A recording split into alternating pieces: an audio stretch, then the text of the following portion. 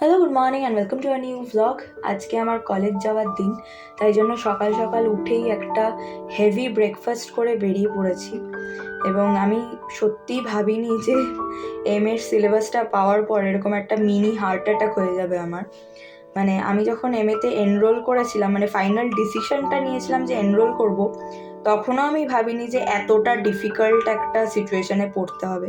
আর যে কেন মাঝ রাস্তায় শুয়ে আছে, তাও আবার ছায়ার মধ্যে, ভগবান জানে।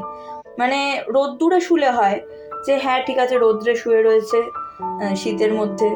তো যাই হোক, এখন কলেজ শেষ, এখন ধরেছি বাড়ি ফেরার পথ। তবে হ্যাঁ, যেটা বলছিলাম যে আমার সত্যি খুব ভয় করছে এখন, বেশ নার্ভাস লাগছে। জানি না কি করে সিলেবাস শেষ করব, কি করে পরীক্ষা দেব, আর কীরকম রেজাল্ট হবে। তবে বাবা এবং বাড়ির অনেকের ইচ্ছে ছিল যাতে আমি এমএটা করি, তাই জন্যই আর কি আরও ভর্তি হওয়া।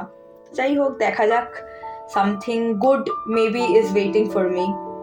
লাঞ্চে রয়েছে বিনস সেদ্ধ, ভাত, এদিকে রয়েছে পেঁয়াজকলি আলু ভাজা, চিংড়ি মাছ আর বড়ি দিয়ে, আর তার সাথে রয়েছে চিকেনের ঝোল।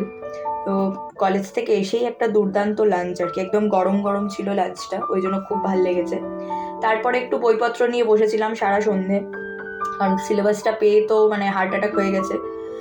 যাই হোক, এখন ডিনারে রয়েছে হোয়াইট সস পাস্তা, আর জাস্ট চিকেন আর চিংড়ি মাছটা দিয়েই নামিয়ে নেব, অলমোস্ট শেষের পথে।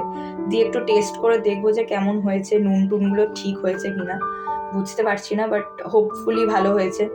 তোমরা যদি রেসিপি চাও আমাকে ডেফিনেটলি কমেন্ট সেকশনে জানিও বা ডিএম করো, আমি ফুল রেসিপিটা আপলোড করে দেবো। তো এই যে আমাদের আজকের ডিনার। আর তোমরা এটাও জানিও যে কারা কারা পাস্তা খেতে ভালোবাসো। তো যাই হোক, তোমাদের সাথে দেখা হবে আর একটা নতুন ব্লগে। টিল দেন টাটা, সবাই খুব ভালো থেকো, সুস্থ থেকো, সাবধানে থেকো।